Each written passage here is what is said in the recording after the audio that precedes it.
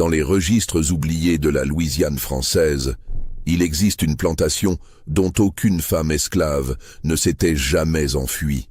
Pas une seule. En 123 ans d'exploitation. Et quand les autorités fédérales découvrirent pourquoi, ils brûlèrent tous les documents et scellèrent la propriété pour toujours. Avant de continuer cette histoire qui a été ensevelie pendant plus de 150 ans, abonnez-vous à cette chaîne et commentez de quelle ville vous nous écoutez. Ce que vous allez entendre défie l'imagination, mais repose sur des archives que certains auraient préféré voir disparaître à jamais. Les terres s'étendaient sur plus de 1200 hectares le long du fleuve, dans une région que les cartes officielles désignaient simplement comme le district de Sainte-Hélène, entre Bâton Rouge et la Nouvelle-Orléans. L'air y était lourd, saturé d'humidité et du parfum écœurant des magnolias qui poussaient en bordure des champs de canne à sucre. C'était une de ces propriétés que les voyageurs traversaient sans s'arrêter, dont les limites semblaient s'étendre au-delà de ce que l'œil pouvait percevoir, et dont le nom n'apparaissait jamais dans les conversations polies des salons de la Nouvelle-Orléans. La famille Beaumont avait acquis ces terres en 1722, peu après que la Compagnie du Mississippi eut commencé à importer massivement des esclaves africains pour cultiver l'indigo, puis le coton et enfin la canne à sucre. Contrairement aux autres plantations de la région, celle des Beaumont ne portait pas de nom romantique, évoquant des fleurs ou des arbres majestueux. Sur les rares documents officiels qui la mentionnaient, elle était simplement désignée par les initiales B.P. pour Beaumont propriété. La demeure principale se dressait au sommet d'une légère élévation, entourée de chênes centenaires dont les branches tordues projetaient des ombres inquiétantes sur la façade blanche. C'était une construction à 2 étages dans le style créole, avec une large galerie qui courait tout autour de la maison, soutenue par des colonnes de bois peint. Mais ce qui frappait les rares visiteurs, c'était le silence qui régnait autour de cette bâtisse. Même les oiseaux semblaient éviter de se poser dans les arbres du parc. Les quartiers des esclaves s'alignaient à l'est de la propriété, une série de longues cabanes en bois brut, construites avec plus de soin que sur les plantations voisines. Elles étaient propres, relativement bien entretenues, et chacune disposait d'un petit jardin où les familles pouvaient cultiver des légumes. Cette particularité avait d'ailleurs alimenté une certaine réputation chez les Beaumont, celle de maîtres relativement cléments, presque bienveillants selon les standards de l'époque. Une réputation qui, comme nous allons le découvrir, servait à masquer une réalité d'une noirceur insondable. Au début du XIXe siècle, alors que les tensions montaient dans tout le sud concernant l'abolition de l'esclavage, la plantation Beaumont comptait près de 340 esclaves, un nombre impressionnant pour une seule propriété. Et parmi eux, 187 femmes. Des femmes de tous âges, de toutes origines africaines, créoles, certaines métisses. Ce qui intriguait les observateurs extérieurs, notamment les inspecteurs occasionnels et les négociants en visite, c'était le ratio inhabituellement élevé de femmes par rapport aux hommes. Sur la plupart des plantations, les proportions étaient inversées, les travaux des champs nécessitant une main-d'œuvre masculine importante. Mais plus troublant encore était un fait statistique qui, à l'époque, passait presque inaperçu dans les conversations, mais qui laissait perplexes les quelques personnes qui s'y intéressaient de près. Aucune femme esclave de la plantation Beaumont ne s'était jamais enfuie. Pas une seule tentative d'évasion féminine n'avait été enregistrée dans les livres de comptes. Les hommes, oui, de temps à autre. 1 ou 2 par an, généralement rattrapés et punis selon les méthodes brutales de l'époque. Mais les femmes, jamais. Elles restaient, elles travaillaient, elles donnaient naissance à des enfants avec une régularité mathématique, et elles ne protestaient jamais. Cette docilité exceptionnelle était présentée par Édouard Beaumont, le maître de la plantation dans les années 1830, comme le résultat d'un traitement humain et d'une organisation rationnelle du travail. Lors d'un dîner à la Nouvelle-Orléans en 1834, il avait même déclaré devant une assemblée de planteurs Le secret d'une plantation prospère n'est pas dans la brutalité, messieurs, mais dans la compréhension de la nature humaine et dans la création de conditions qui rendent l'idée même de fuite non seulement difficile, mais psychologiquement impensable. Ces mots avaient été accueillis avec un mélange de scepticisme et d'admiration. Certains y voyaient une forme de progressisme, d'autres une naïveté dangereuse. Mais les chiffres parlaient d'eux-mêmes. La plantation Beaumont était l'une des plus rentables de toute la Louisiane, produisant des quantités phénoménales de sucre avec une main-d'œuvre qui semblait remarquablement stable et productive. La routine quotidienne suivait un rythme immuable. Au lever du soleil, les esclaves se rendaient aux champs sous la supervision des contremaîtres, eux-mêmes des hommes libres de couleur qui semblaient jouir d'une position particulière au sein de la hiérarchie de la plantation. Le travail était dur, certes, mais pas plus qu'ailleurs. Les rations alimentaires étaient correctes, suffisantes pour maintenir la force de travail en bonne santé. Les punitions corporelles existaient, mais elles étaient appliquées avec une modération inhabituelle pour l'époque. Ce qui rendait la plantation Beaumont vraiment différente, c'était une série de bâtiments annexes situés derrière la demeure principale, partiellement dissimulés par un bosquet de cyprès et de magnolias. Il y avait là une infirmerie, beaucoup plus grande et mieux équipée que nécessaire pour une simple plantation. Il y avait aussi ce que les Beaumont appelaient la maison des mères, un long bâtiment en briques rouges avec des fenêtres étroites, muni de barreaux discrets que l'on aurait pu confondre avec des éléments décoratifs. C'était là, expliquait-on aux visiteurs curieux, que l'on prenait soin des femmes enceintes et de celles qui venaient d'accoucher, leur offrant du repos et des conditions optimales pour la santé de leurs enfants. Cette sollicitude semblait louable, presque éclairée pour l'époque. Et effectivement, la mortalité infantile sur la plantation Beaumont était remarquablement basse comparée aux autres propriétés. Les femmes donnaient naissance à des enfants en bonne santé, qui grandissaient pour devenir à leur tour une main-d'œuvre productive. Un cycle parfaitement huilé qui générait des profits constants. Mais ce que personne ne voyait, ce que les visiteurs ne remarquaient pas lors de leurs brèves inspections, c'était l'existence d'une autre structure, une structure souterraine, un réseau de caves et de couloirs qui s'étendait sous la maison des mères, accessible uniquement par une porte dérobée, dissimulée dans la réserve principale de la demeure des Beaumont. Une porte que seul le maître et ses fils aînés possédèrent la clé. Une porte qui menait à un complexe dont l'existence même défiait toute humanité. Les années passaient, rythmées par les saisons de plantation et de récolte, les générations se succédaient. Édouard Beaumont transmit la propriété à son fils Alexandre en 1843, qui la transmit à son tour à son fils Jules en 1868. Et pendant tout ce temps, la plantation prospérait, sa réputation de modèle d'efficacité et de gestion rationnelle se propageait, tandis que sous la terre, dans les profondeurs secrètes de la maison des mères, se perpétuait un système dont la découverte éventuelle allait secouer les fondements même de ce que l'humanité pouvait concevoir comme cruauté. C'était au printemps de 1865. La guerre de sécession venait de prendre fin, et la proclamation d'émancipation avait théoriquement libéré tous les esclaves des États confédérés.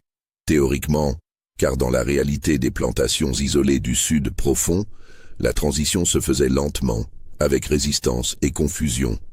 De nombreux maîtres refusaient de reconnaître l'autorité fédérale, d'autres tentaient de négocier des arrangements avec leurs anciens esclaves, les transformant en métayers dans des conditions à peine meilleures que la servitude.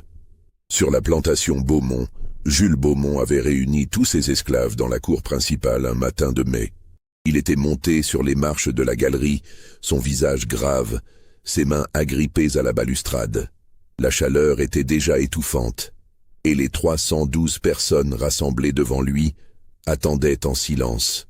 Beaucoup, ne sachant pas vraiment pourquoi ils avaient été convoqués. La loi fédérale vous déclare libre, avait-il commencé, sa voix portant dans l'air immobile. Vous pouvez partir si vous le souhaitez, je ne vous retiendrai pas. Mais je vous offre également la possibilité de rester, de travailler pour des salaires, de continuer à vivre dans vos maisons. Réfléchissez bien. Dehors, vous ne trouverez rien. Ici, vous avez une vie, un toit, de la nourriture. Les réactions avaient été mitigées. Certains hommes, particulièrement les plus jeunes et les plus téméraires, avaient quitté la plantation dès le lendemain. D'autres, les plus âgés ou ceux qui avaient des familles nombreuses, avaient choisi de rester, acceptant les contrats de métayage proposés par Beaumont. Mais ce qui avait frappé les observateurs extérieurs, notamment le capitaine fédéral Thomas Wickham, qui avait été envoyé pour superviser la transition dans la région, c'était que presque aucune femme n'était partie. Sur les 173 femmes adultes présentes sur la plantation à cette époque, seulement 11 avaient quitté les lieux dans les 6 mois suivant l'émancipation. Les autres étaient restés, reprenant leur travail avec la même régularité qu'auparavant, acceptant les contrats dérisoires qui leur étaient proposés, continuant à vivre dans les mêmes cabanes, à suivre les mêmes routines. Le capitaine Wickham avait trouvé cela étrange. Lors de sa deuxième visite à la plantation, en août 1865, il avait tenté d'interroger quelques femmes, cherchant à comprendre pourquoi elles ne saisissaient pas leur liberté nouvellement acquise. Leurs réponses avaient été évasives, presque mécaniques. « Où irais-je, monsieur ?» avait dit une femme d'une trentaine d'années prénommée Céleste. « J'ai 5 enfants. Monsieur Beaumont nous donne du travail et de la nourriture. Ailleurs, nous mourrions de faim. Vous ne voulez pas partir, même pour chercher votre famille, si vous en avez une autre part, avait insisté Wickham. Céleste avait baissé les yeux, ses mains se crispant sur son tablier. Ma famille est ici, monsieur. Toute ma famille. D'autres femmes avaient donné des réponses similaires. Une docilité qui dépassait la simple résignation. Quelque chose dans leurs yeux, une vacuité, une absence qui dérangeait profondément le capitaine. Mais il n'avait aucune preuve de maltraitance active. Les femmes semblaient en bonne santé physique.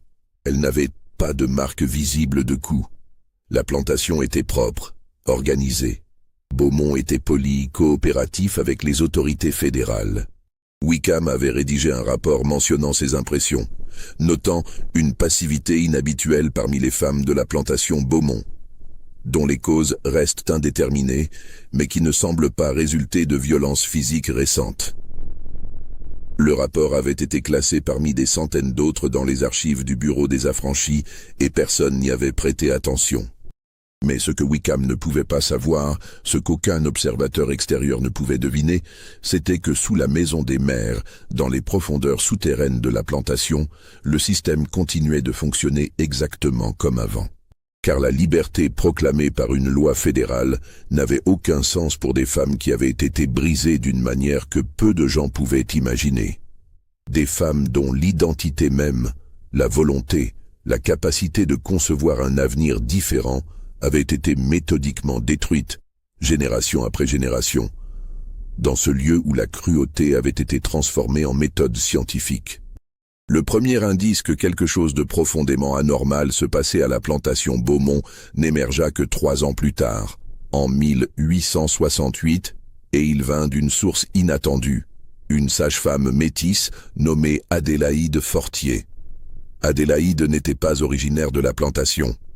Elle vivait à la Nouvelle-Orléans où elle exerçait son métier depuis plus de 20 ans, jouissant d'une excellente réputation parmi les familles créoles. En juillet 1868, elle avait été appelée en urgence à la plantation Beaumont pour assister à un accouchement difficile. La sage-femme habituelle de la propriété était elle-même malade et Jules Beaumont, inquiet pour la vie d'une de ses employées enceintes, avait fait chercher Adélaïde. Le voyage avait duré une journée entière. Quand Adélaïde était arrivée à la plantation, la nuit tombait. On l'avait conduite directement à la maison des mères, un bâtiment qu'elle avait trouvé étrangement silencieux malgré le nombre de femmes qui y résidaient. Une vingtaine au moins, toutes à différents stades de grossesse. La femme en travail s'appelait Rosalie. Elle avait environ 22 ans et c'était son 4e enfant. Le travail avait commencé depuis plus de 30 heures et l'enfant était mal positionné. Adélaïde avait travaillé toute la nuit, luttant pour sauver à la fois la mère et l'enfant. À l'aube, elle avait finalement réussi à faire naître un garçon en bonne santé, et Rosalie, bien qu'épuisée et affaiblie, semblait hors de danger. C'était pendant les heures qui avaient suivi alors qu'Adélaïde attendait de s'assurer que Rosalie était stable avant de repartir, qu'elle avait commencé à remarquer des détails troublants. D'abord, il y avait le silence. Dans une maison remplie de femmes enceintes et de jeunes mères avec des nouveau-nés, on aurait dû entendre des conversations, des rires, des pleurs d'enfants. Mais il n'y avait presque rien. Les femmes se déplaçaient comme des ombres, parlant à voix basse, évitant le regard d'Adélaïde. Les bébés eux-mêmes semblaient anormalement calmes. Ensuite, il y avait l'organisation même du bâtiment. Adélaïde avait assisté à des centaines d'accouchements, dans toutes sortes d'environnements. Mais jamais elle n'avait vu une structure comme celle-ci. Les chambres étaient petites, presque des cellules, chacune contenant simplement un lit étroit, une table de nuit et une bassine. Pas de décoration, pas d'objets personnels, rien qui aurait pu donner un caractère individuel à ces espaces. C'était d'une propreté clinique, presque hospitalière, mais avec quelque chose d'oppressant dans cette uniformité. Et puis, il y avait eu cet incident.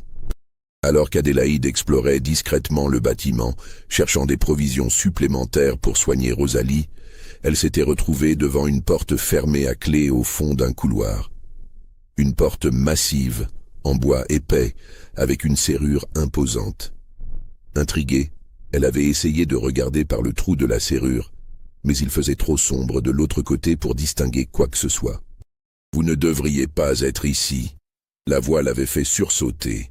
Elle s'était retournée pour voir une femme d'une 50aine d'années, au visage sévère, qui la regardait avec une expression indéchiffrable.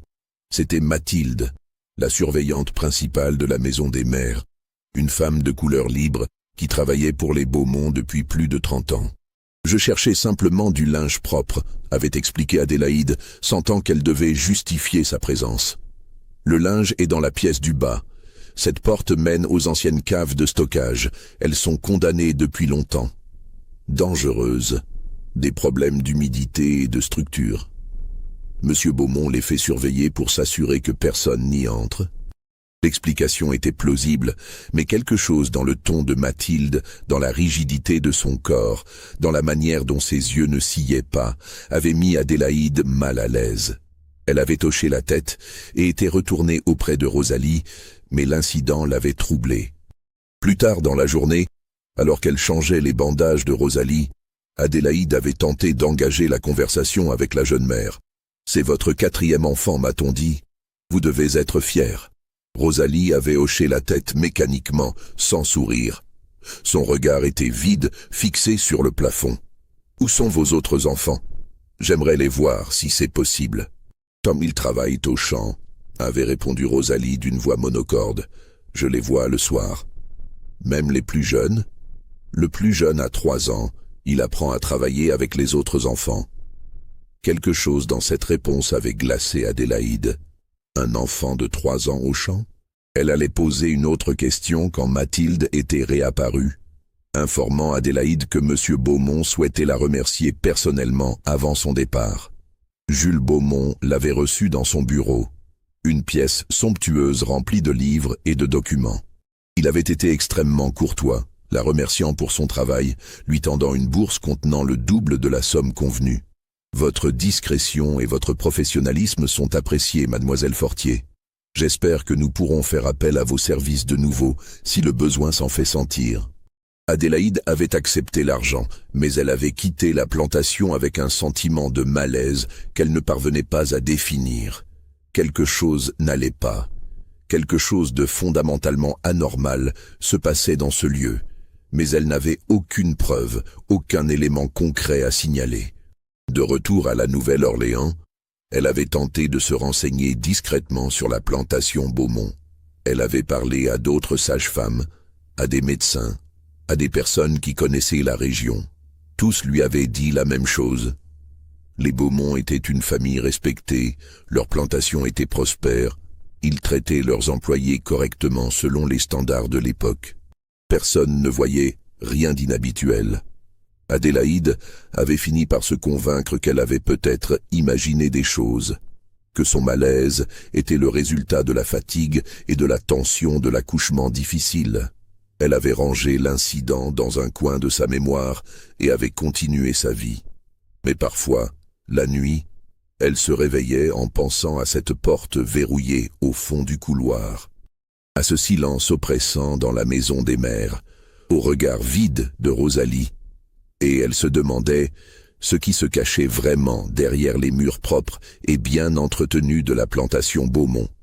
Les années qui suivirent la visite d'Adélaïde Fortier furent marquées par une étrange stabilité à la plantation Beaumont. Tandis que le Sud reconstruit peinait à se relever des ruines de la guerre, que les anciennes structures de pouvoir s'effondraient et se reconfiguraient, que la violence entre les anciens confédérés et les affranchis faisait rage dans toute la région, la plantation Beaumont semblait exister dans une bulle temporelle, imperméable au chaos environnant. Jules Beaumont avait adapté son entreprise aux nouvelles réalités légales avec une remarquable efficacité. Les contrats de métaillage qu'il proposait étaient rédigés dans un langage complexe, truffé de clauses qui piégeaient les signataires dans un cycle de dettes perpétuelles. Les salaires étaient compensés par des charges pour le logement, la nourriture, l'usage des outils, les soins médicaux. En pratique, les anciens esclaves devenus métayers se retrouvaient dans une situation à peine différente de celle qu'ils avaient connue avant l'émancipation. Sauf que maintenant leur servitude était sanctionnée par des documents légaux qu'ils ne comprenaient pas et ne savaient pas lire. Mais le plus remarquable restait toujours cette absence totale de départ féminin. Entre 1865 et 1880, pas une seule femme n'avait quitté la plantation de manière définitive. Quelques hommes partaient encore, de temps en temps, tentant leur chance ailleurs ou fuyant les conditions oppressives. Mais les femmes restaient, toutes, avec leurs enfants. Cette anomalie statistique aurait dû attirer l'attention. Elle aurait dû déclencher des enquêtes, susciter des questions. Mais dans le chaos de la reconstruction, avec les violences du Ku Klux Klan, les luttes politiques entre républicains radicaux et démocrates rédempteurs, les scandales de corruption, personne ne prêtait attention à une petite plantation isolée où tout semblait fonctionner correctement. Les autorités fédérales qui auraient pu intervenir étaient débordées, sous-financées et souvent corrompues. Les quelques inspecteurs qui visitaient la plantation Beaumont voyaient ce que Jules voulait qu'ils voient. Des champs bien entretenus, des travailleurs en bonne santé apparente, des contrats en règle, des registres impeccables. Ils ne posaient pas de questions sur la maison des mères. Ils ne remarquaient pas que certaines femmes disparaissaient de la circulation pendant des mois avant de réapparaître, le ventre gonflé. Ils ne comptaient pas le nombre anormalement élevé de naissances. En 1874, un jeune journaliste de la Nouvelle-Orléans nommé Henri Lavigne avait commencé à s'intéresser aux conditions de travail sur les plantations de la région. Il préparait une série d'articles sur le système de métaillage, documentant les abus et les pratiques exploitatives qui maintenaient les affranchis dans une pauvreté perpétuelle. Dans le cadre de ses recherches, il avait visité plusieurs propriétés, interrogé des dizaines de travailleurs, consulté des registres publics. C'était en analysant les statistiques démographiques qu'il avait repéré l'anomalie de la plantation Beaumont. Les chiffres étaient étranges, presque impossibles. Le taux de natalité était extraordinairement élevé, bien au-dessus de toutes les autres plantations de la région. Le ratio femmes-hommes était également inhabituel, et surtout, ce zéro absolu dans les départs féminins. Intrigué, Lavigne avait demandé une autorisation pour visiter la plantation Beaumont. Jules Beaumont avait accepté avec une cordialité surprenante, invitant même le journaliste à rester plusieurs jours pour avoir une vision complète des opérations. Lavigne avait passé 3 jours sur la propriété en septembre 1874. Il avait visité les champs, observé le travail, interrogé des métayers, examiné les contrats et les registres que Beaumont lui avait volontiers présentés. Tout semblait en ordre. Certes, les conditions de travail étaient dures, mais pas plus qu'ailleurs. Les salaires étaient bas, mais conformes aux standards de la région. Les dettes s'accumulaient, mais c'était le cas dans tout le système de métaillage du Sud. Cependant, Lavigne avait lui aussi remarqué cette étrange passivité chez les femmes. Quand il tentait de leur parler, elles répondaient par monosyllabes, évitant son regard. Elle semblait nerveuse, presque effrayée, bien que Lavigne ne puisse identifier de quoi exactement. Il avait demandé à visiter la maison des mères, mais Beaumont avait poliment décliné, expliquant que les femmes enceintes avaient besoin de tranquillité et que la présence d'un homme étranger pourrait les perturber. Vous comprenez, monsieur Lavigne, nous prenons très au sérieux le bien-être de nos employées enceintes.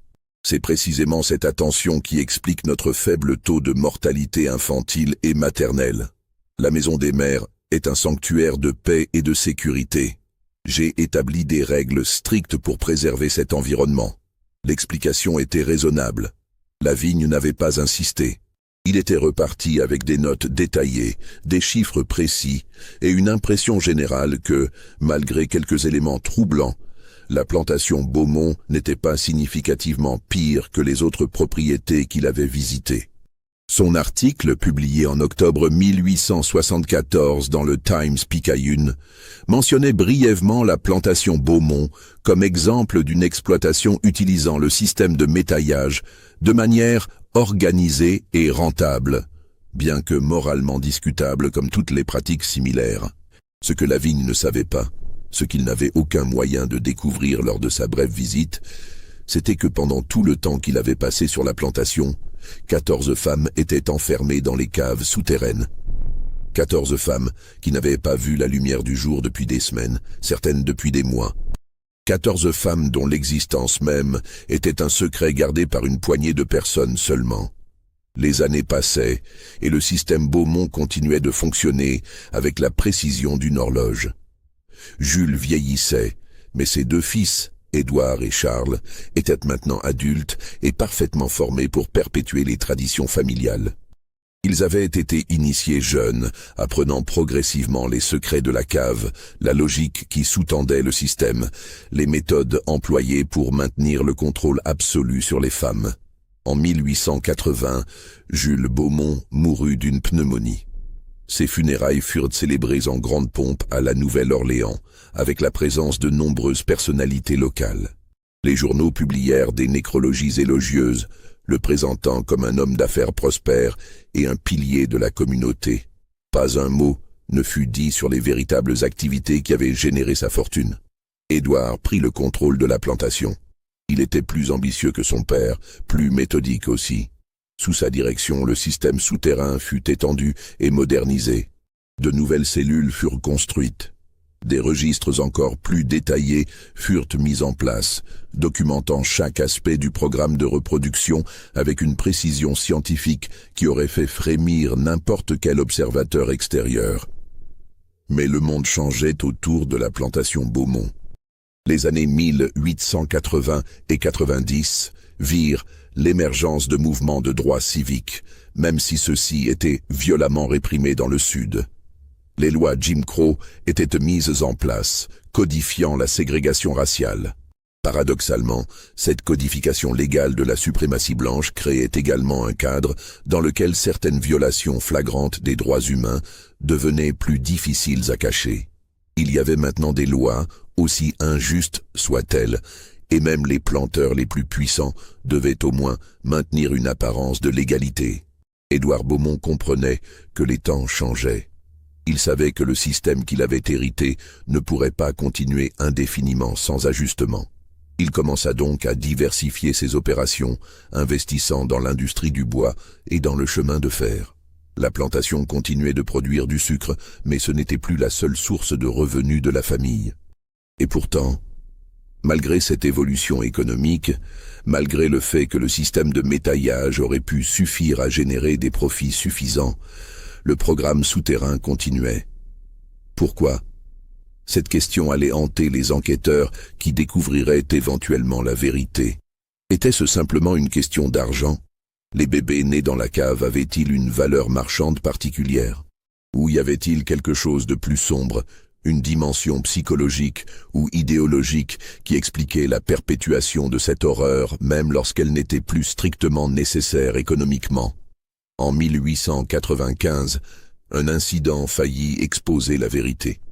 Une femme nommée Marguerite, qui avait été amenée dans la cave 3 ans auparavant, réussit à s'échapper. Comment elle y était parvenue resta un mystère même pour les Beaumont. Un moment d'inattention d'un gardien, une serrure mal fermée, un accès de désespoir qui lui avait donné une force surhumaine. Personne ne le sut jamais avec certitude.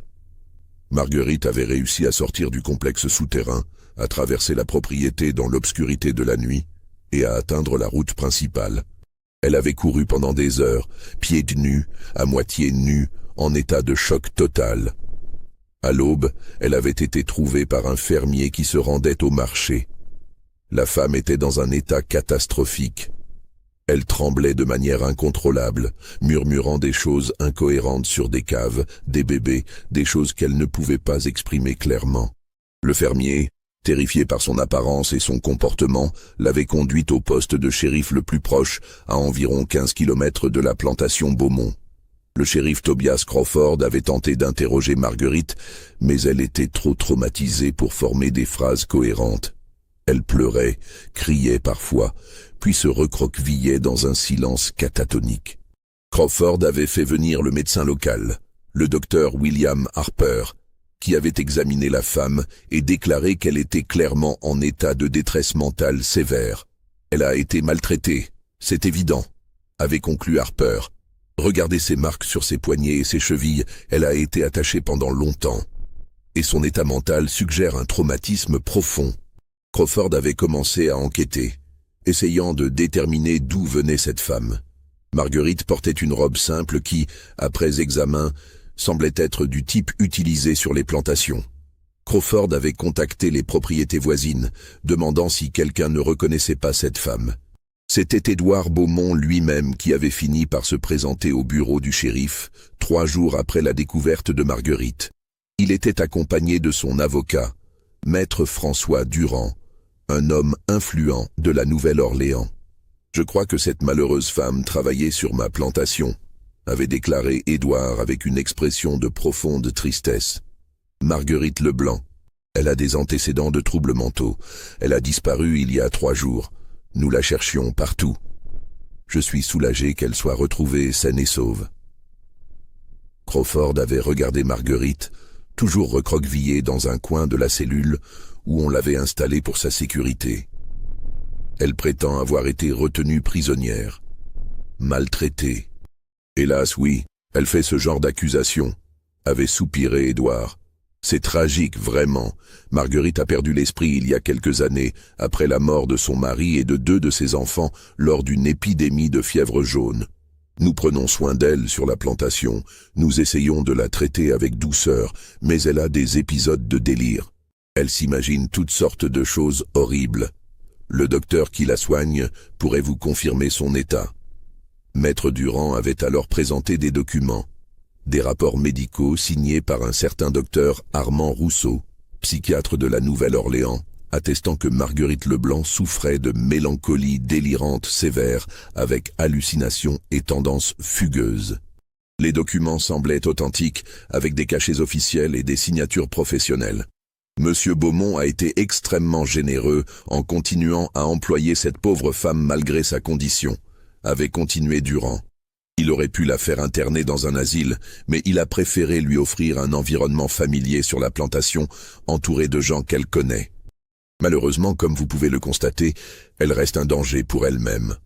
Le docteur Harper avait examiné les documents et avait semblé convaincu. Cela expliquerait son état. Les marques sur ses poignets pourraient être auto-infligées ou résulter de tentatives de la retenir pour sa propre protection lors de ses crises. Crawford n'était pas entièrement convaincu, mais il n'avait aucune preuve contraire. Marguerite elle-même était incapable de présenter un récit cohérent.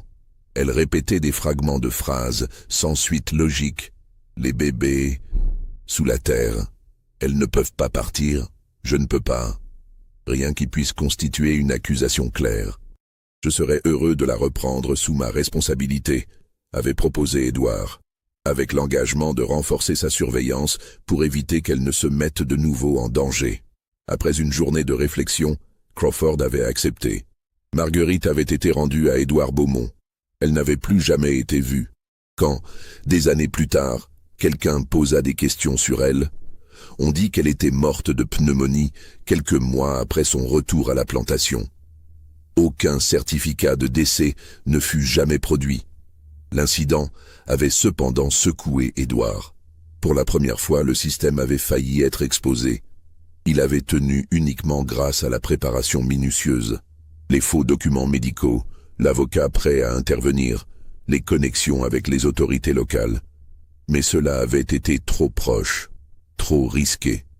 Édouard avait réagi en renforçant encore davantage la sécurité du complexe souterrain. Les serrures furent remplacées par des modèles plus solides. Le nombre de gardiens fut augmenté. Et surtout, les femmes détenues dans la cave furent soumises à un régime encore plus strict de contrôle psychologique, conçu pour briser toute volonté de résistance ou de fuite. Les années continuèrent de passer. Le 19e siècle touchait à sa fin. Le 20e siècle approchait, apportant avec lui de nouvelles technologies, de nouvelles idées, de nouveaux mouvements sociaux. Mais dans les profondeurs de la plantation Beaumont, sous la terre humide de la Louisiane, le temps semblait s'être arrêté. Le système continuait, immuable, imperméable, au progrès du monde extérieur. L'année 1912 marqua un tournant subtil mais significatif dans l'histoire de la plantation Beaumont. Édouard Beaumont, maintenant âgé de 58 ans, commençait à ressentir le poids des décennies passées à maintenir le secret le plus sombre de sa famille. Ses cheveux avaient blanchi, son dos s'était courbé, et parfois, la nuit, il se réveillait en sueur, hanté par des images qu'il refusait d'examiner de trop près pendant ses heures de veille. Son fils aîné, Philippe, avait maintenant 32 ans et était pleinement intégré dans les opérations de la plantation. Contrairement à son père et à son grand-père, Philippe avait fait des études à l'université de Virginie, où il avait étudié l'agriculture moderne et la gestion d'entreprises. Il apportait à la plantation une approche plus scientifique, plus rationnelle. C'était lui qui avait insisté pour moderniser les techniques de culture, introduire de nouvelles machines, diversifier encore davantage les investissements de la famille. Mais Philippe avait également hérité du secret familial, et contrairement à ses prédécesseurs, il commençait à remettre en question sa nécessité. Non pas pour des raisons morales. Philippe avait été élevé dans un système de valeurs qui déshumanisait complètement les personnes noires, les réduisant à de simples ressources économiques, mais pour des raisons pratiques et légales. « Père », avait-il dit lors d'une conversation privée dans le bureau d'Édouard en mars 1912, « le monde change, les lois évoluent, la surveillance augmente. Ce système que nous maintenons, il représente un risque considérable pour la famille. Les profits qu'il génère ne justifient plus ce risque. » Édouard avait regardé son fils avec un mélange de colère et de résignation. Ce système, comme tu l'appelles, a été la fondation de la prospérité de notre famille pendant presque 200 ans. Ton arrière-arrière-grand-père l'a établi. Chaque génération l'a perfectionné. Nous ne pouvons pas simplement l'abandonner. Mais nous le pouvons, avait insisté Philippe. Nos autres investissements rapportent suffisamment. La plantation elle-même, gérée normalement, est rentable. Nous n'avons plus besoin de la cave. Le mot avait été prononcé à voix basse, presque un murmure. Dans la famille Beaumont, on évitait autant que possible de parler explicitement de ce qui se passait sous la maison des mères. C'était un non-dit, une réalité qui existait mais ne devait jamais être clairement nommée. « Tu ne comprends pas », avait répondu Édouard après un long silence. Il ne s'agit pas seulement d'argent, il s'agit de contrôle, de pouvoir, de maintenir l'ordre. Si nous laissons ces femmes libres, elles parleront, elles témoigneront, tout s'effondrera. Elles ont été conditionnées pendant des générations, elles ne parleront pas. Et même si certaines le faisaient, qui les croirait? Cette conversation resta sans conclusion, mais elle marqua le début d'une tension croissante entre père et fils. Philippe commença à réduire progressivement sa participation aux opérations de la cave, déléguant ses responsabilités à son frère cadet, Antoine, qui était moins troublé par les implications morales ou légales du système familial. C'était également en 1912 qu'une nouvelle figure entra dans l'orbite de la plantation Beaumont. Clara Pemberton, une infirmière et réformatrice sociale de Boston qui avait voyagé dans le Sud pour documenter les conditions de vie des Afro-Américains dans les régions rurales. Clara faisait partie d'un réseau de progressistes nordistes qui cherchaient à exposer les abus du système Jim Crow et à promouvoir l'éducation et les droits civiques. Clara était arrivée en Louisiane en avril 1912, armée de carnets, d'un appareil photographique et d'une détermination inébranlable. Elle visitait des écoles, des églises, des communautés, interrogeant les gens, prenant des notes, photographiant les conditions de vie. Son intention était de produire un rapport complet qui serait présenté aux organisations de réforme du Nord. Inévitablement, ses recherches l'amenèrent à entendre parler de la plantation Beaumont. Ce qui attira son attention n'était pas les abus, elle en documentait quotidiennement sur d'autres propriétés, mais justement l'absence apparente de problèmes majeurs. La plantation Beaumont avait une réputation de stabilité, presque d'harmonie. Pas de violence rapportée, pas de scandale, pas de fuite d'esclaves pendant l'ère de l'esclavage, pas de départ massif après l'émancipation. C'est trop parfait, avait confié Clara à son collègue, le révérend Samuel Johnston, pasteur d'une église afro-américaine de Bâton Rouge. Dans toutes mes recherches, je n'ai jamais vu une situation aussi statique, aussi contrôlée. Il doit y avoir quelque chose. Johnston, qui connaissait bien la région, avait hoché la tête pensivement. Les Beaumont sont une vieille famille, puissante. Ils ont des connexions partout. Si vous voulez enquêter sur eux, soyez très prudente, mademoiselle Pemberton. Clara avait commencé par des approches indirectes. Elle avait parlé à des commerçants qui faisaient affaire avec la plantation, à des médecins qui avaient soigné des travailleurs, à d'anciens employés qui avaient quitté la région. Les informations qu'elle recueillait étaient cohérentes, mais étrangement superficielles. Tout le monde connaissait la plantation Beaumont, mais personne ne semblait avoir de détails intimes sur son fonctionnement interne. Elle avait finalement décidé d'approcher directement la plantation, en demandant une autorisation de visite pour ses recherches. À sa surprise, Philippe Beaumont avait accepté, l'invitant même à passer une semaine complète sur la propriété pour avoir une vision exhaustive. Clara était arrivée à la plantation en juin 1912. Philippe l'avait accueillie personnellement, se montrant courtois et ouvert. « Nous n'avons rien à cacher, mademoiselle Pemberton. Je suis moi-même favorable à une évolution progressive vers de meilleures conditions de travail. Vous êtes libre d'explorer, de poser des questions, de parler à qui vous voulez. » Cette ouverture même avait rendu Clara méfiante.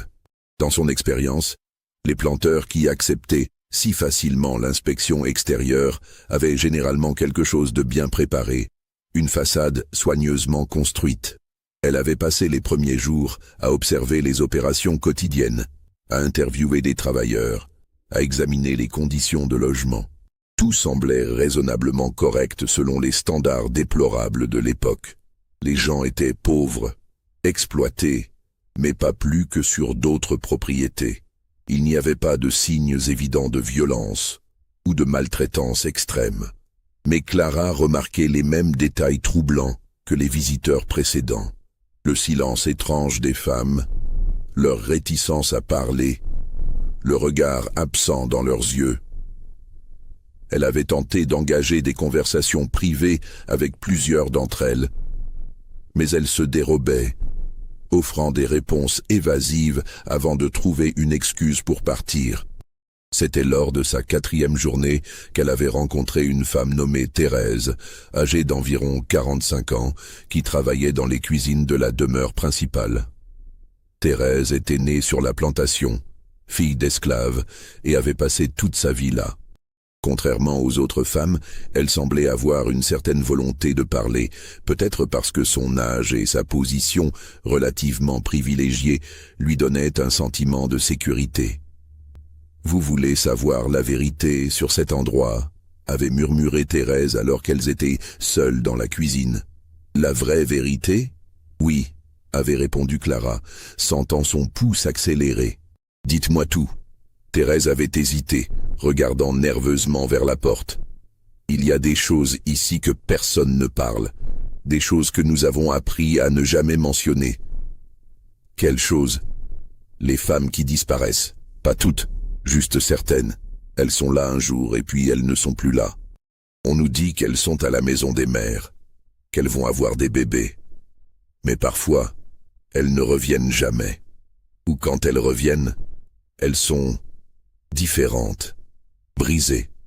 Brisées comment? Leurs yeux sont morts. Elles ne parlent presque plus. Elles font leur travail comme des machines. Et elles ont toujours des bébés. Beaucoup de bébés. Clara avait noté ces informations, son esprit travaillant rapidement. Cette maison des mères, vous pouvez me dire où elle se trouve exactement? Thérèse avait donné des indications vagues. Derrière la grande maison passaient les magnolias, mais vous ne pourrez pas y entrer. Personne n'entre là sans permission de M. Beaumont. Cette nuit-là, Clara n'avait pas pu dormir. Elle tournait et retournait les informations dans sa tête. Des femmes qui disparaissaient, des femmes brisées, une maison interdite. Tout cela composait un tableau inquiétant, mais elle n'avait pas de preuves concrètes. Juste des murmures, des impressions, des absences qui pouvaient avoir des explications innocentes. Le lendemain, elle avait demandé à Philippe si elle pouvait visiter la maison des mères. Sa réaction avait été immédiate et catégorique. « Je crains que ce ne soit pas possible, mademoiselle Pemberton. Les femmes enceintes ont besoin d'intimité et de tranquillité. C'est une règle que mon père a établie il y a longtemps et nous la maintenons strictement. Je suis sûr que vous comprenez. » « Bien sûr, » avait répondu Clara, affichant un sourire compréhensif tout en notant mentalement ce refus. Elle avait essayé une approche différente, demandant à parler spécifiquement à des femmes qui avaient récemment accouché. Philippe avait accepté, organisant des rencontres avec 3 jeunes mères. Mais ces conversations s'étaient révélées frustrantes. Les femmes répondaient aux questions de Clara avec des phrases courtes et préfabriquées, ne montrant aucune émotion, aucune personnalité. C'était comme parler à des automates. Clara avait terminé sa semaine à la plantation avec un sentiment profond de malaise, mais sans aucune preuve tangible de quelque chose d'anormal. Philippe l'avait raccompagnée personnellement jusqu'à la gare la plus proche, se montrant charmant et prévenant jusqu'au bout. « J'espère que votre visite a été instructive », avait-il dit en lui serrant la main.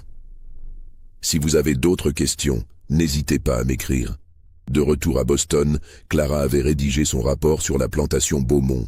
Elle avait noté les anomalies qu'elle avait observées, le comportement étrange des femmes, la maison des mères interdite, les témoignages vagues de Thérèse, mais elle avait dû conclure qu'elle n'avait pas de preuves suffisantes pour faire des accusations précises. Son rapport mentionnait des éléments troublants qui mériteraient une investigation plus approfondie, mais il n'avait pas suscité beaucoup d'intérêt dans les organisations de réforme, déjà débordées par des cas d'abus flagrants et documentés ailleurs. Clara, cependant, ne put oublier la plantation Beaumont. Elle continua à correspondre avec le révérend Johnston, lui demandant de rester attentif à toute information inhabituelle concernant la propriété. Elle gardait ses notes, ses photographies, persuadée que tôt ou tard, la vérité émergerait. Et elle avait raison. Mais cela prendrait encore plus de 3 décennies. Si vous avez des frissons, laissez un like et dites-moi dans les commentaires ce que vous pensez qu'il se passait vraiment dans cette maison des mères. Les années entre 1912 et 1945 furent marquées par des changements profonds dans le monde, mais la plantation Beaumont semblait exister hors du temps. La Première Guerre mondiale vint et passa, emportant des millions de vies en Europe, mais touchant à peine la Louisiane rurale. Les années folles apportèrent une prospérité relative aux villes, mais les campagnes restèrent pauvres et stagnantes. La Grande Dépression frappa durement, mais la plantation Beaumont, grâce à ses investissements diversifiés et à sa main-d'œuvre captive, survécut mieux que beaucoup d'autres propriétés. Philippe Beaumont prit officiellement le contrôle de la plantation en 1923, après la mort de son père Édouard. Il avait maintenant 53 ans et avait consolidé sa position comme l'un des hommes les plus riches de la région.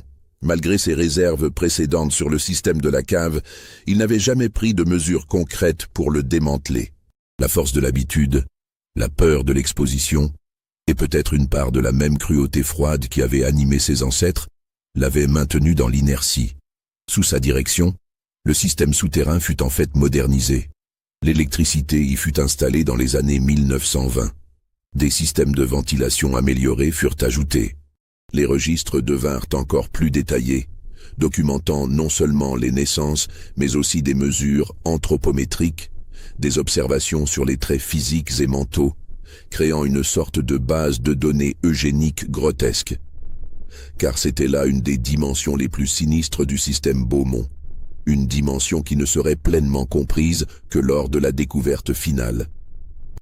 Ce n'était pas simplement une opération de reproduction pour augmenter la main-d'œuvre, c'était devenu, au fil des générations, une expérience perverse sur la sélection humaine. Les Beaumont choisissaient délibérément quelles femmes mettre dans la cave, basant leurs décisions sur des critères physiques et comportementaux.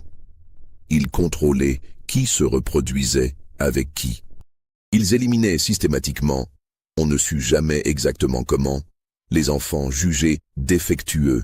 Ils créaient, dans leur esprit déformé, une lignée optimale de travailleurs, robustes, dociles, résistants aux maladies, dénués de volonté indépendante. C'était une perversion grotesque des théories eugéniques qui gagnaient en popularité dans les milieux scientifiques et politiques de l'époque, appliquée avec une cruauté méthodique dans les profondeurs secrètes de la plantation. La Seconde Guerre mondiale apporta de nouveaux défis. De nombreux jeunes hommes de la région, blancs et noirs, furent enrôlés dans l'armée. La main-d'œuvre masculine devint rare sur la plantation. Philippe dut ajuster ses opérations, employant davantage de femmes pour les travaux des champs, mécanisant certains processus. Mais le système de la cave continuait, imperméable aux bouleversements du monde extérieur. C'était pendant cette période que naquit sur la plantation un garçon nommé Mathieu, fils d'une femme nommée Joséphine, qui avait passé plusieurs années dans la cave. Mathieu était différent. Peut-être était-ce une mutation génétique, ou peut-être l'esprit humain qui refuse de se laisser complètement briser même après des générations de tentatives. Mathieu avait une intelligence vive, une curiosité insatiable et surtout une volonté farouche qui contrastait avec la passivité de la plupart des autres enfants nés sur la plantation. Il apprit à lire en secret, chipant des vieux journaux et des livres dans les poubelles de la grande maison. Il posait des questions, observait, réfléchissait, et il remarquait des choses que les autres semblaient accepter sans questionner. Les disparitions occasionnelles de femmes, les bâtiments interdits, les allées et venues nocturnes vers la maison des mères, les pleurs étouffés qui semblaient parfois venir de sous la terre. En 1946, Mathieu avait 17 ans. La guerre était terminée. Les soldats noirs revenaient, ayant vu le monde, ayant combattu pour la liberté. Et beaucoup refusaient maintenant de retourner à l'ancien ordre oppressif du Sud. Des tensions raciales montaient partout dans la région. Des organisations de droits civiques commençaient à se former, discrètement mais avec détermination. Un soir de juillet, Mathieu fit quelque chose que personne n'avait osé faire depuis l'échappée de Marguerite 50 ans plus tôt. Il décida d'explorer la maison des mères. Il avait observé les routines, noté les moments où la surveillance était la moins stricte. Il avait volé un ensemble de vieux outils dans l'atelier de menuiserie. Il attendit jusqu'à 3 heures du matin, quand même les gardiens les plus vigilants commençaient à succomber à la fatigue. Il se glissa dans l'ombre des magnolias, contourna le bâtiment principal de la maison des mères et se dirigea vers l'arrière, où il avait remarqué une petite fenêtre au niveau du sol, à demi cachée par des buissons. La fenêtre était barrée mais vieille et les fixations avaient rouillé. Avec patience et précaution, Mathieu parvint à déloger les barres. Il se glissa à l'intérieur, se retrouvant dans une cave sombre et humide qui sentait la moisissure et quelque chose d'autre, une odeur organique qu'il ne pouvait identifier. Il avait apporté une petite lampe à huile volée qu'il alluma maintenant en réduisant la flamme au minimum. La faible lumière révéla un couloir étroit qui s'enfonçait dans les profondeurs. Les murs étaient en pierre brute, le plafond bas.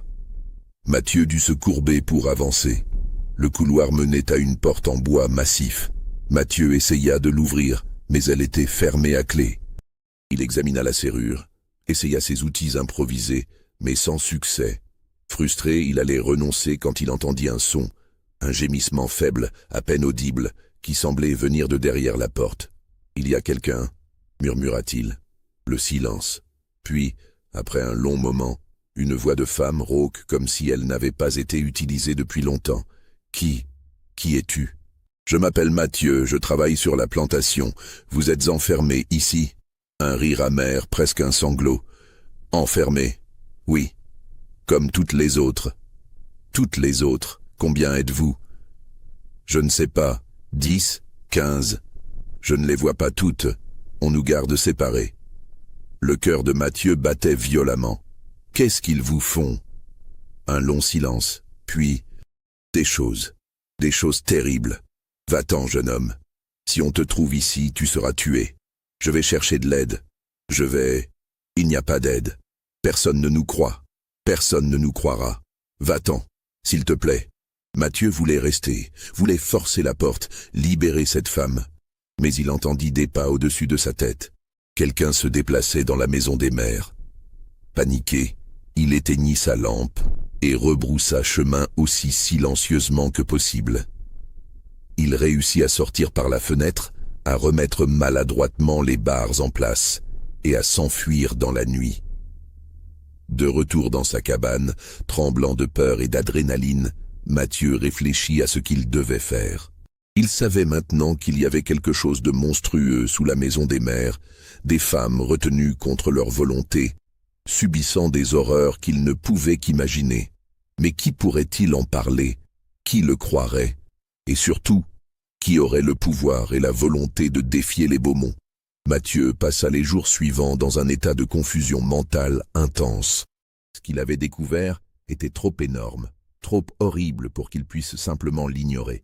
Mais il était également paralysé par la peur et le sentiment d'impuissance. Il n'était qu'un jeune homme noir dans le sud profond de l'après-guerre, sur une plantation contrôlée par une des familles les plus puissantes de la région. Qui écouterait ces accusations? Il décida finalement de parler au révérend Johnston, le même pasteur qui avait aidé Clara Pemberton des décennies plus tôt. Johnston était maintenant un homme âgé, dans sa soixantaine, mais toujours actif dans sa communauté et respecté, même par certains blancs modérés. Si quelqu'un pouvait l'aider, c'était lui. Mathieu trouva une excuse pour se rendre à Bâton Rouge. Il devait livrer des marchandises pour la plantation et se présenta à l'église de Johnston. Le vieux révérend le reçut dans son bureau, un petit espace encombré de livres et de documents. « Révérend, » commença Mathieu, sa voix tremblante, « j'ai découvert quelque chose de terrible à la plantation Beaumont. Des femmes sont enfermées sous la maison des mères. Je les ai entendues. Elles sont prisonnières. » Johnston écouta attentivement, pendant que Mathieu racontait son exploration nocturne. Quand le jeune homme eut terminé, le révérend resta silencieux un long moment, les doigts entrecroisés, le regard perdu dans le vague. « Ce n'est pas la première fois que j'entends des rumeurs sur cet endroit, » dit-il finalement. « Il y a des années, une femme du Nord, une réformatrice nommée Clara Pemberton, m'avait parlé de ses suspicions sur la plantation. Mais elle n'avait jamais pu trouver de preuves. « Ce que j'ai vu, ce que j'ai entendu, c'est une preuve, » insista Mathieu. « Peut-être, mais ce sera ta parole contre celle des Beaumont. Et nous savons tous comment cela se terminera. Alors on ne fait rien, on les laisse continuer à torturer ces femmes. » Johnston soupira profondément. « Je ne dis pas qu'on ne fait rien, mais nous devons être intelligents. Si nous accusons les Beaumont sans preuves solides, ils nous détruiront et les femmes enfermées ne seront jamais libérées. Pire, ils pourraient les éliminer pour effacer les preuves. Alors que faisons-nous? Nous devons documenter, collecter des témoignages, trouver des alliés qui ont du pouvoir. Ce sera long, peut-être des années. Mais si nous voulons vraiment les arrêter, c'est la seule voie. » Mathieu était frustré par cette approche prudente, mais il comprenait la logique. Johnston lui conseilla de retourner à la plantation, de ne rien faire qui puisse éveiller les soupçons, mais de rester attentif et de noter tout ce qu'il observait d'inhabituel. De retour à la plantation, Mathieu essaya de suivre ses conseils. Mais il découvrit rapidement qu'il avait commis une erreur en parlant à Johnston. Le monde des plantations du Sud était petit, et les informations circulaient de manière mystérieuse. Une semaine après sa visite à Bâton Rouge, Mathieu fut convoqué dans le bureau de Philippe Beaumont. Philippe était maintenant un homme de 76 ans, mais son esprit restait vif et son regard pénétrant. Il observa Mathieu pendant un long moment avant de parler. « On me dit que tu poses des questions, que tu explores des endroits où tu ne devrais pas être. Est-ce vrai ?» Mathieu sentit son sang se glacer. « Non, monsieur. Je fais juste mon travail. » « Tu as été vu près de la maison des mères il y a une semaine. La nuit. Que faisais-tu là ? » Je m'étais perdu en revenant des latrines. Il faisait noir. Philippe se leva lentement de son fauteuil et s'approcha de Mathieu. « Tu mens. Je déteste les menteurs, Mathieu. Particulièrement les menteurs qui mettent leur nez dans des affaires qui ne les concernent pas. » Je ne... Silence. Philippe retourna à son bureau et sortit un registre épais. Il l'ouvrit à une page spécifique. « Tu sais ce que c'est ? Ce sont les archives de ta famille. Ta mère, Joséphine, ta grand-mère, Amélie, ton arrière-grand-mère, Henriette, toutes nées sur cette plantation. Toutes ont servi ma famille fidèlement. Et tu sais ce que ces archives montrent ? Qu'elles étaient toutes des femmes remarquables, fortes, fertiles, dociles, des spécimens parfaits. » Le mot « spécimen » fit frémir Mathieu. Il comprenait maintenant qu'il était face à quelque chose de bien plus monstrueux qu'il ne l'avait imaginé. « Ta mère a eu 6 enfants, tous en bonne santé. Une performance exceptionnelle. » Philippe referma le registre. « Tu es intelligent, Mathieu, plus intelligent que la plupart. C'est à la fois un don et une malédiction. L'intelligence peut te permettre de bien servir ou elle peut te conduire à des questions dangereuses. Je te conseille de choisir la première option. Et si je choisis la seconde ?» Philippe sourit, mais c'était un sourire froid, sans aucune chaleur. « Alors tu découvriras que les gens qui posent trop de questions sur cette plantation ont tendance à avoir des accidents. Des accidents tragiques mais parfaitement explicables. Une chute d'un toit, une noyade dans le fleuve, une morsure de serpent. La vie est dangereuse dans le Sud, Mathieu, particulièrement pour les gens imprudents. » Le message était clair. Mathieu fut renvoyé, mais il savait qu'il était maintenant sous surveillance. Chaque mouvement qu'il ferait serait observé. Il ne pourrait plus explorer, ne pourrait plus fouiner sans risquer sa vie. Les semaines suivantes furent une torture pour Mathieu. Il savait qu'il y avait des femmes souffrant sous ses pieds. Il savait que des atrocités se perpétuaient. Mais il était impuissant. Il tentait de continuer à observer discrètement, notant mentalement tout ce qui lui semblait étrange, mais sans pouvoir agir. Et puis, en septembre 1946, quelque chose se produisit qui allait changer le cours des événements. Un nouveau médecin fut engagé pour la région, un jeune docteur blanc nommé James Callahan, qui venait de terminer ses études de médecine à Chicago. Callahan était différent des médecins locaux. Il avait été exposé aux idées progressistes du Nord, aux mouvements de droits civiques émergents. Il n'était pas naïf sur le racisme du Sud, mais il croyait fermement aux standards éthiques de sa profession, qui s'appliquaient selon lui à tous les êtres humains, indépendamment de leur couleur de peau. Callahan fut appelé à la plantation Beaumont en octobre pour soigner une épidémie de dysenterie qui affectait plusieurs travailleurs. C'était une occasion de visiter la propriété, d'observer les conditions de vie. Comme les visiteurs précédents, il fut frappé par l'organisation apparemment correcte du lieu, mais aussi par cette atmosphère étrange, ce silence oppressant chez les femmes. Contrairement aux autres médecins, cependant, Callahan insista pour examiner tous les malades de manière approfondie, y compris les femmes. Philippe essaya de limiter son accès, expliquant que les femmes enceintes devaient être protégées de l'exposition aux maladies, mais Callahan fut catégorique. « Monsieur Beaumont, je suis médecin. Mon devoir est de soigner tous vos travailleurs. Si vous m'empêchez d'examiner certaines personnes, Je serai obligé de signaler cela aux autorités sanitaires du comté. À contre-cœur, Philippe autorisa Callahan à visiter la maison des mères. Mais c'était une visite contrôlée, supervisée de près. Callahan put examiner quelques femmes enceintes, toutes soigneusement sélectionnées, toutes ayant été préparées à ne rien dire. Il remarqua leur comportement étrange, leur réticence à parler, mais n'eut pas accès au complexe souterrain. Cependant, Callahan était un homme méticuleux. En examinant l'une des femmes, il nota quelque chose d'inhabituel. De vieilles cicatrices sur ses poignets et ses chevilles, des marques qui ressemblaient à celles laissées par des entraves prolongées. Quand il l'interrogea sur l'origine de ces marques, la femme baissa les yeux et murmura qu'elle était tombée des années auparavant. Callahan ne fut pas convaincu, mais il ne dit rien sur le moment. Il termina ses examens, prescrivit des traitements pour la dysenterie et quitta la plantation. Mais il emportait avec lui des doutes et des questions. De retour chez lui, il décida de faire quelque chose qu'aucun médecin avant lui n'avait fait. Il commença à compiler des statistiques détaillées sur la plantation Beaumont à partir des dossiers médicaux disponibles. Taux de natalité, ratio homme-femme, âge moyen des mères à la première naissance, intervalle entre les naissances, mortalité infantile. Les chiffres qui émergèrent étaient absolument anormaux. Le taux de natalité était presque 3 fois supérieur à celui des autres plantations.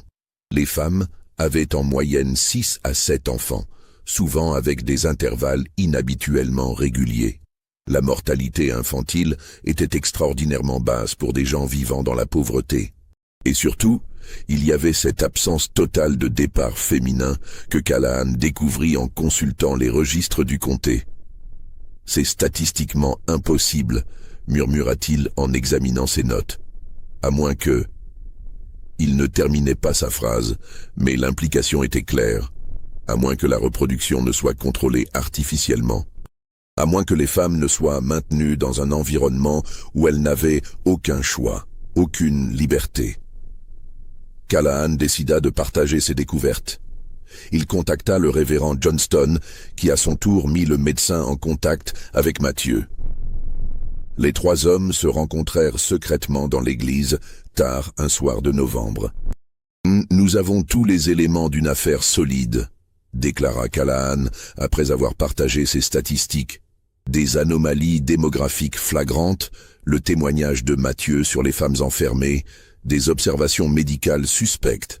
Il est temps de contacter les autorités fédérales. Les autorités locales sont dans la poche des Beaumont, prévint Johnston. Nous devons aller plus haut, au niveau de l'État ou même fédéral. C'était une décision risquée. S'ils dénonçaient les Beaumont et que l'investigation n'aboutissait à rien, leur vie serait en danger. Mais ils avaient aussi le sentiment qu'ils n'avaient pas le choix moral. Callahan rédigea un rapport médical détaillé, documentant ses observations et ses statistiques. Mathieu écrivit un témoignage décrivant ce qu'il avait vu et entendu. Johnston ajouta un contexte historique, mentionnant les suspicions de Clara Pemberton et d'autres incidents troublants qu'il avait collectés au fil des années. Le paquet de documents fut envoyé en décembre 1946 à 2 destinations. Le bureau du procureur général de Louisiane et le bureau du FBI à la Nouvelle-Orléans.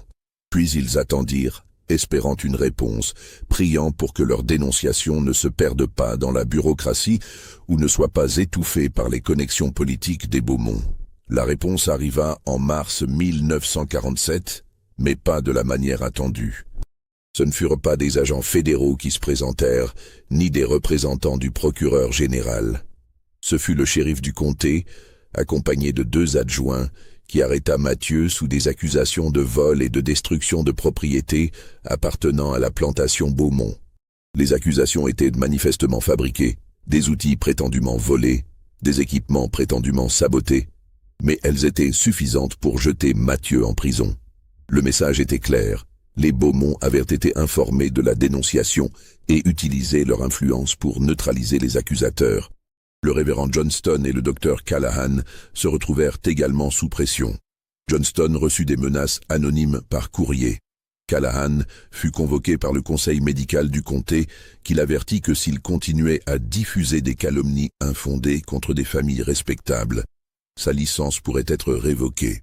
Il semblait que les Beaumont avaient encore une fois réussi à étouffer toute tentative d'exposition. Leurs connexions, leur argent, leur pouvoir étaient trop grands pour être défiés par quelques individus isolés. Mais ce que les Beaumont ne savaient pas, c'était que l'un des documents envoyés avait atterri sur le bureau d'une personne spécifique au FBI, l'agent spécial Sarah Henderson. Henderson était une des rares femmes agents du FBI à cette époque, et elle s'était spécialisée dans les affaires impliquant l'exploitation et la traite d'êtres humains. Le rapport de Callahan avait capté son attention, particulièrement les statistiques démographiques anormales. Henderson était une femme tenace et expérimentée. Elle savait que les affaires comme celle-ci nécessitaient de la discrétion et une préparation minutieuse. Elle ne contacta pas les autorités locales. Elle ne prévint pas le bureau de la Nouvelle-Orléans, où elle savait que des fuites étaient possibles. Au lieu de cela, elle commença une investigation discrète, collectant des informations de sources multiples, construisant un dossier sans alerter quiconque. Elle découvrit que Clara Pemberton, la réformatrice qui avait visité la plantation en 1912, était toujours vivante, retraitée mais lucide à 79 ans, vivant dans un hospice à Boston. Henderson lui rendit visite, et Pemberton partagea toutes ses notes et photographies de la visite, ainsi que sa correspondance avec Johnston.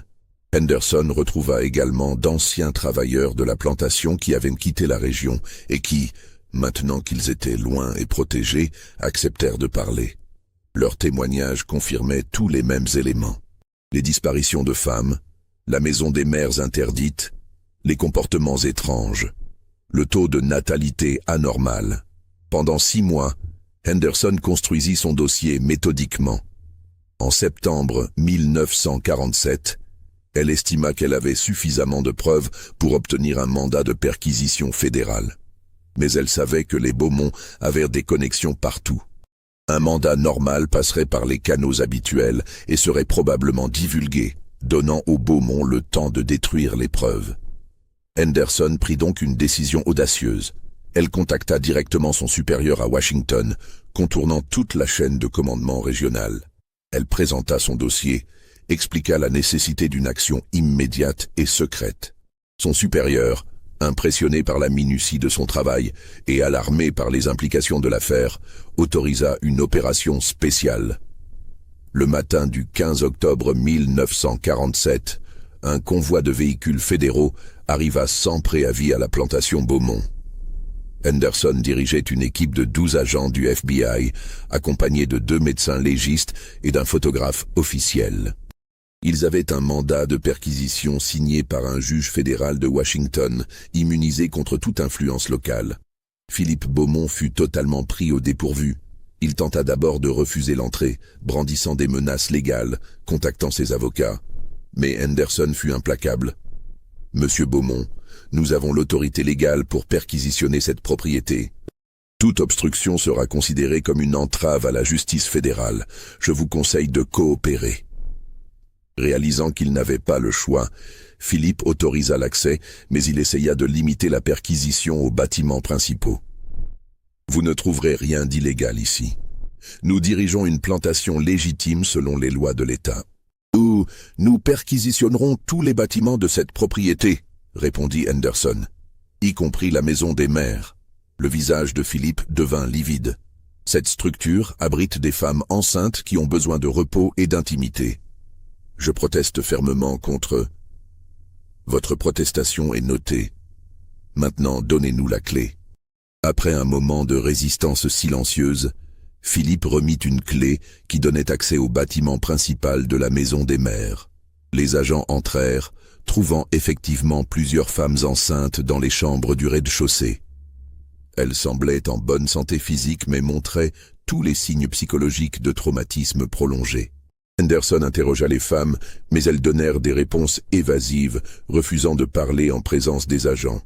C'était frustrant, mais Henderson ne se découragea pas. Elle ordonna à son équipe de fouiller le bâtiment de fond en comble. C'était l'agent Thomas Reeves qui découvrit la porte dérobée. Elle était dissimulée derrière une étagère dans une réserve à l'arrière du bâtiment. Reeves remarqua que l'étagère avait des marques d'usure au sol, indiquant qu'elle était régulièrement déplacée. Il appela Henderson. Ensemble, ils déplacèrent l'étagère, révélant une porte métallique épaisse avec une serrure complexe. « Monsieur Beaumont, la clé de cette porte, s'il vous plaît », ordonna Henderson. Philippe était maintenant visiblement paniqué. « Je ne sais pas de quelle porte vous parlez. Cette vieille structure n'est plus utilisée depuis des années. La clé, maintenant, ou mes hommes enfonceront cette porte. » Philippe comprit qu'il était acculé. D'une main tremblante, il sortit une seconde clé de sa poche. Henderson la prit et ouvrit la porte. Ce qu'ils découvrirent au-delà de cette porte allait hanter chacun des agents présents pour le reste de leur vie. Un escalier descendait dans les profondeurs, menant à un complexe souterrain éclairé par des ampoules électriques qui jetaient une lumière jaunâtre et maladive. L'air était vicié, saturé d'odeurs organiques et médicales. Henderson et 4 agents descendirent, leurs armes dégainées, bien qu'ils ne s'attendaient pas à une résistance armée. Le complexe était plus vaste qu'ils ne l'avaient imaginé.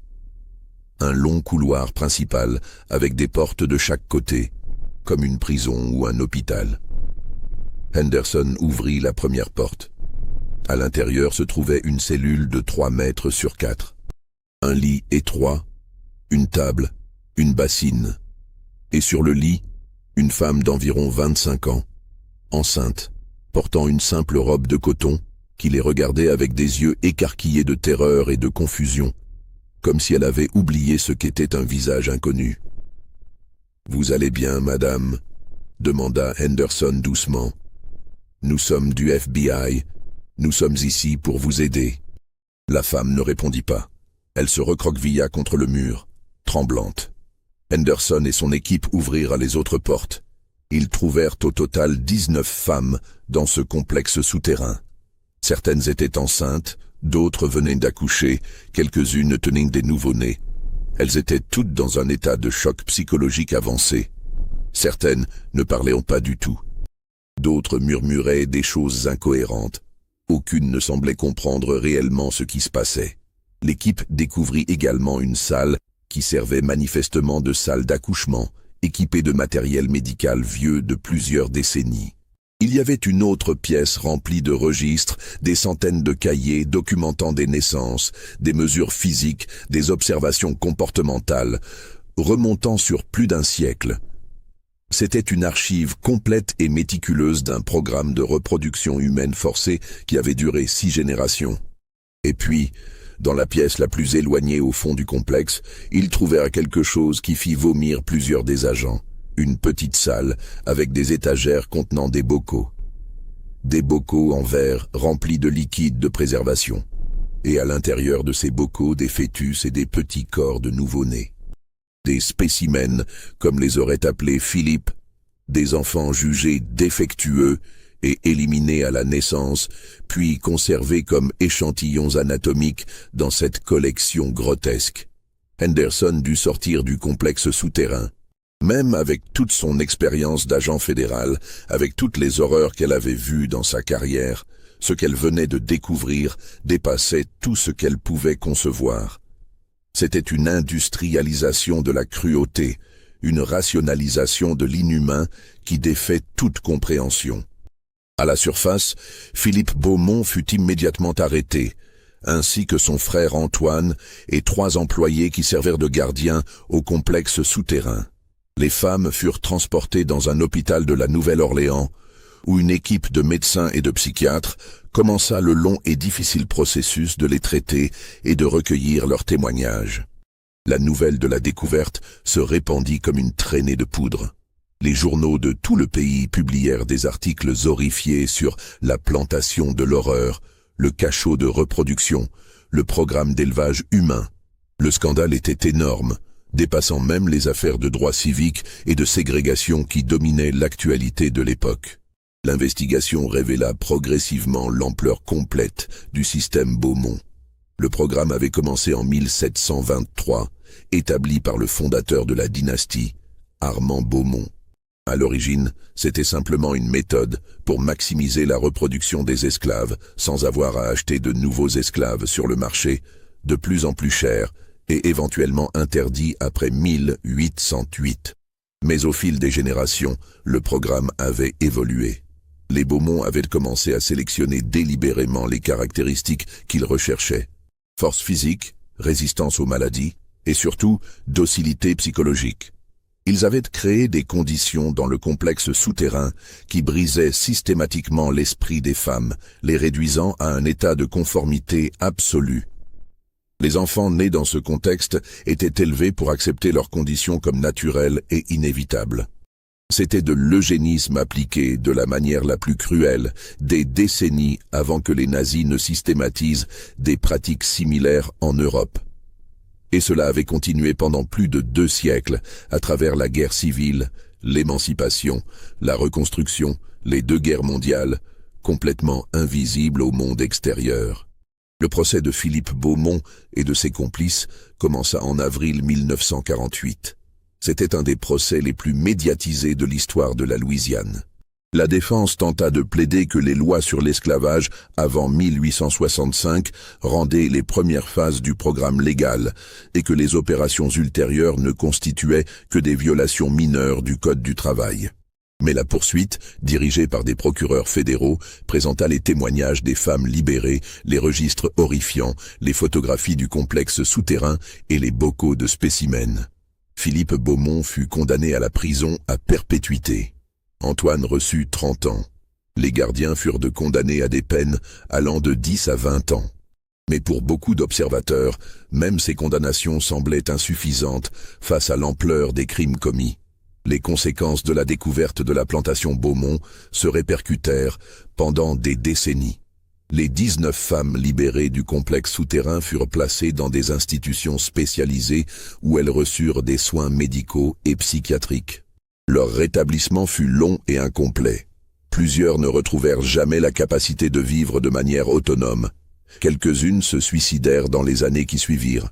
D'autres parvinrent à reconstruire une forme de vie, mais elles portèrent toujours les cicatrices psychologiques de leur emprisonnement. Les femmes qui vivaient au-dessus du sol, celles qui avaient été conditionnées par des générations de contrôle, mais n'avaient jamais été physiquement enfermées, eurent un destin également tragique. Beaucoup découvrirent que leur mère, leur grand-mère, leurs arrière-grand-mères avaient toutes passé du temps dans le complexe. Elles comprirent que leur existence même était le résultat d'un programme de reproduction forcée. Cette révélation détruisit le sens d'identité de nombreuses personnes.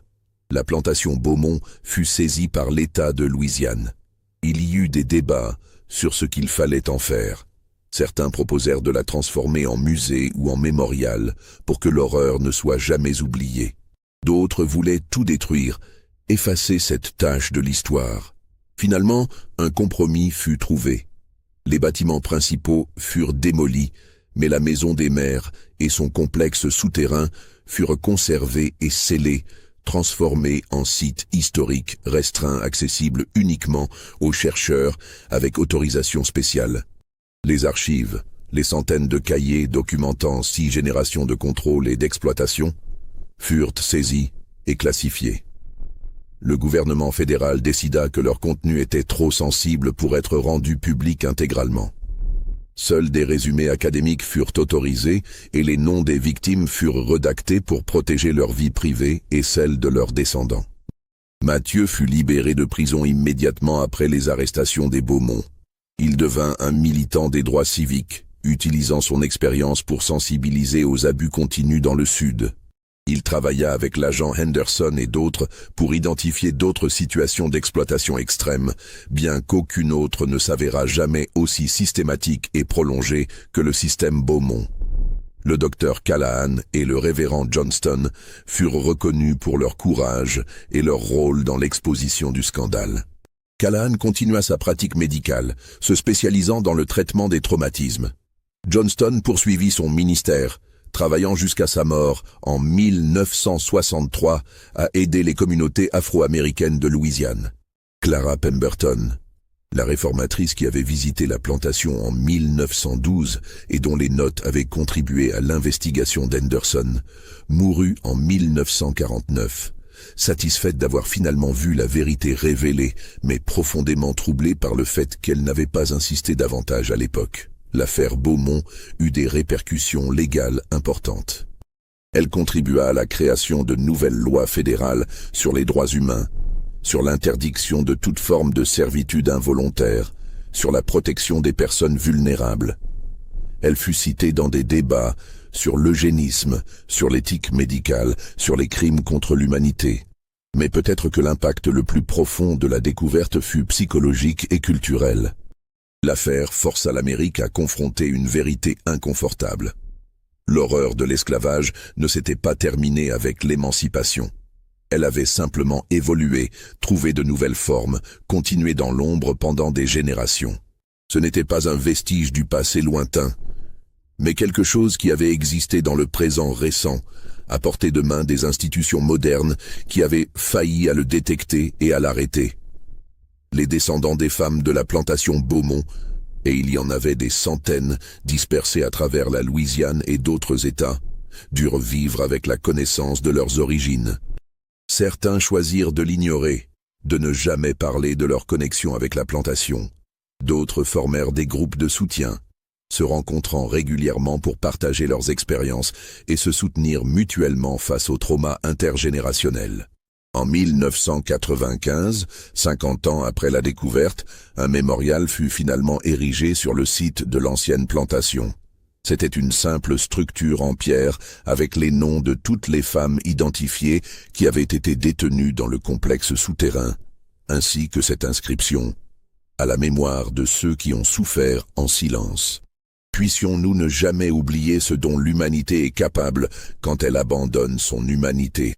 Et pourtant, malgré la célébrité de l'affaire, malgré les procès, les livres, les articles universitaires, les documentaires, une question resta sans réponse satisfaisante.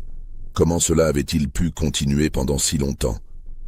Comment une atrocité d'une telle ampleur avait-elle pu rester cachée pendant plus de 2 siècles? Dans un pays qui se proclamait la terre de la liberté, les historiens proposèrent diverses explications. Le racisme systémique qui déshumanisait les personnes noires, les rendant invisibles aux yeux de la société blanche. L'isolement géographique des plantations rurales, la corruption des autorités locales, le pouvoir économique et politique des familles de planteurs, la complicité passive d'une société qui préférait ne pas voir, ne pas savoir. Mais peut-être que la réponse la plus simple et la plus troublante était celle-ci. Cela avait continué parce que personne avec le pouvoir d'intervenir n'avait vraiment voulu regarder. Les signes étaient là, les anomalies étaient visibles, les murmures existaient.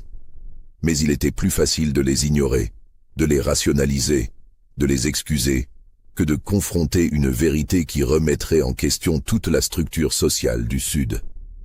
Aujourd'hui, le site de la plantation Beaumont est un lieu fantôme. La terre a été vendue en parcelles, transformée en ferme plus petite. La maison des mères, scellée et interdite d'accès, se décompose lentement, envahie par la végétation. Seul le mémorial et quelques plaques historiques rappellent ce qui s'est passé là. Mais pour ceux qui connaissent l'histoire, qui ont lu les rapports déclassifiés, qui ont entendu les témoignages des survivantes, le lieu reste marqué à jamais. C'est un rappel que l'horreur peut exister cachée à la vue de tous, que la cruauté peut être rationalisée et systématisée, que le silence de la majorité permet l'oppression de la minorité. Et c'est un avertissement. Si cela a pu se passer là, si cela a pu continuer si longtemps sans être arrêté, que se passe-t-il d'autre que nous ne voyons pas? Quelles autres horreurs existent dans les ombres, attendant d'être découvertes? Cette histoire vous a-t-elle glacé le sang? Pensez-vous que tout a été révélé sur la plantation Beaumont ou que d'autres secrets restent enterrés? Commentez ci-dessous. Abonnez-vous pour plus d'histoires historiques troublantes et partagez cette vidéo avec ceux qui aiment les mystères sombres de notre passé. Parce que comprendre les horreurs de l'histoire est le seul moyen de s'assurer qu'elle ne se répète jamais.